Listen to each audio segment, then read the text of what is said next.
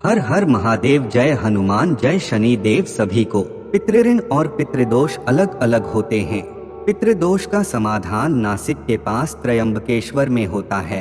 कहते हैं कि पुत्र या पुत्री की प्राप्ति के बाद पितृऋण समाप्त हो जाता है, लेकिन यदि पितृदोष है तो उसका समाधान करना मुश्किल होता है। लेकिन यदि व्यक्ति अपने कर्म को सुधारकर हनुमान जी की शरण में रहेगा तो उसे किसी भी प्रकार का दोष नहीं लगता है।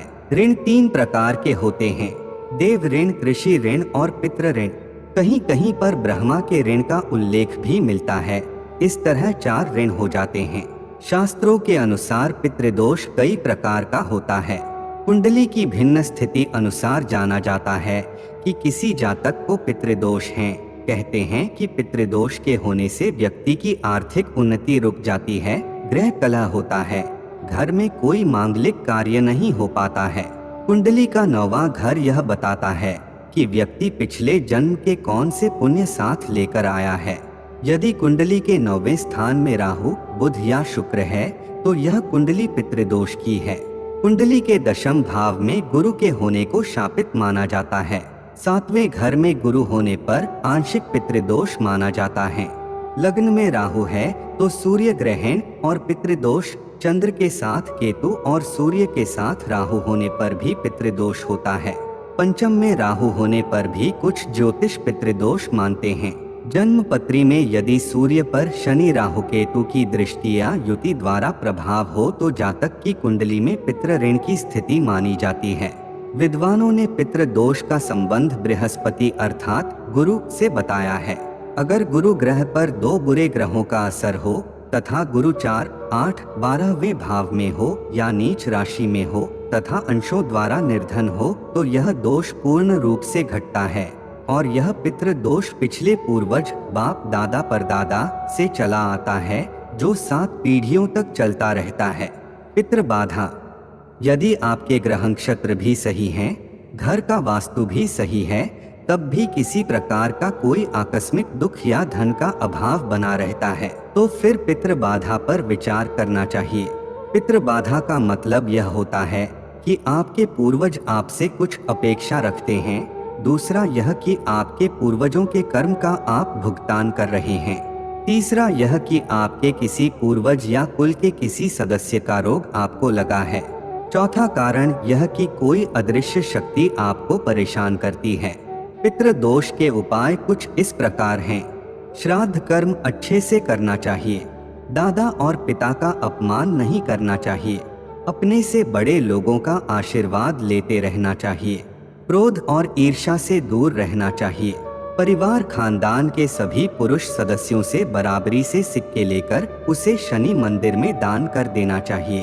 प्रतिदिन हनुमान चालीसा पढ़ते रहना चाहिए। घर में गाय के घी का दीपक लगाना चाहिए।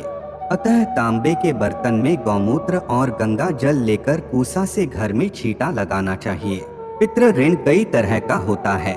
हमारे कर्मों का, आत्मा का, पिता का, भाई का, बहन का, माँ का, पत्नी का, बेटी और बेटे का। स्वऋण या आत्म ऋण का अर्थ है कि जब जातक पूर्व जन्म में नास्तिक और धर्म विरोधी काम करता है तो अगले जन्म में उस पर स्वऋण चढ़ता है। मात्र ऋण से कर्ज चढ़ता जाता है और घर की शांति भंग हो जाती है। बहन के ऋण से व्यापार नौकरी कभी भी स्थायी नहीं रहती। जीवन में संघर्ष इतना बढ़ जाता है कि जीने की इच्छा कम हो जाती है।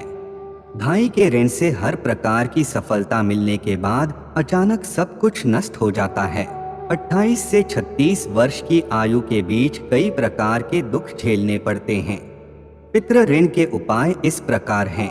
इस ऋण को उतारने के 3 उपाय: देश के धर्म अनुसार कुल परंपरा का पालन करना, पितृपक्ष में तर्पण और श्राद्ध करना और संतान उत्पन्न करके उसमें धार्मिक संस्कार डालना, प्रतिदिन हनुमान चालीसा पढ़ना, भ्रिकुटी पर शुद्ध जल का तिलक लगाना, 13, 14, अमावस्या और पूर्णिमा के दिन गुड़ घी की धूप देना, घर के वास्तु को ठीक करना और शरीर के सभी छिद्रों को अच्छी रीति से प्रतिदिन साफ सुथरा रखने से भी यह ऋण चुकता होता है।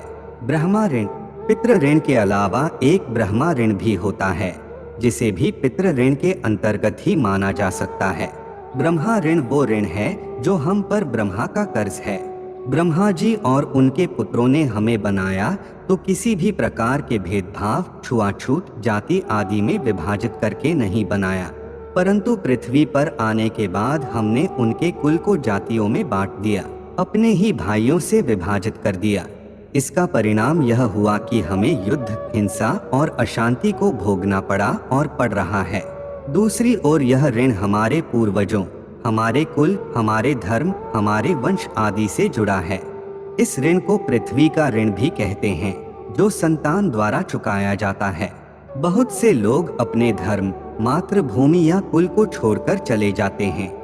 उनके पीछे यह दोष कई जन्मों तक पीछा करता रहता है।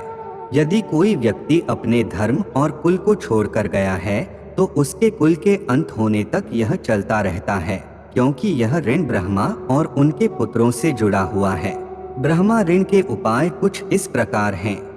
ब्रह्मा ऋण से मुक्ति पाने के लिए हमें घृणा, छुआछूत, जातिवाद, प्रांतवाद इत्यादि की भावना से दूर रहकर यह समझना चाहिए कि भारत में रहने वाला प्रत्येक व्यक्ति ब्रह्मा की संतान है। उसके और मेरे पूर्वज एक ही हैं, जिससे मैं घृणा करता हूँ। हिंदू हैं तो हिंदू ही बनकर रहें, न तो आप सवर्ण हैं और न दलित। यह तो अंग्रेजों और राजनीतिज्ञों ने आपको बांट दिया है। प्रत्येक भारतीय हिंदू है।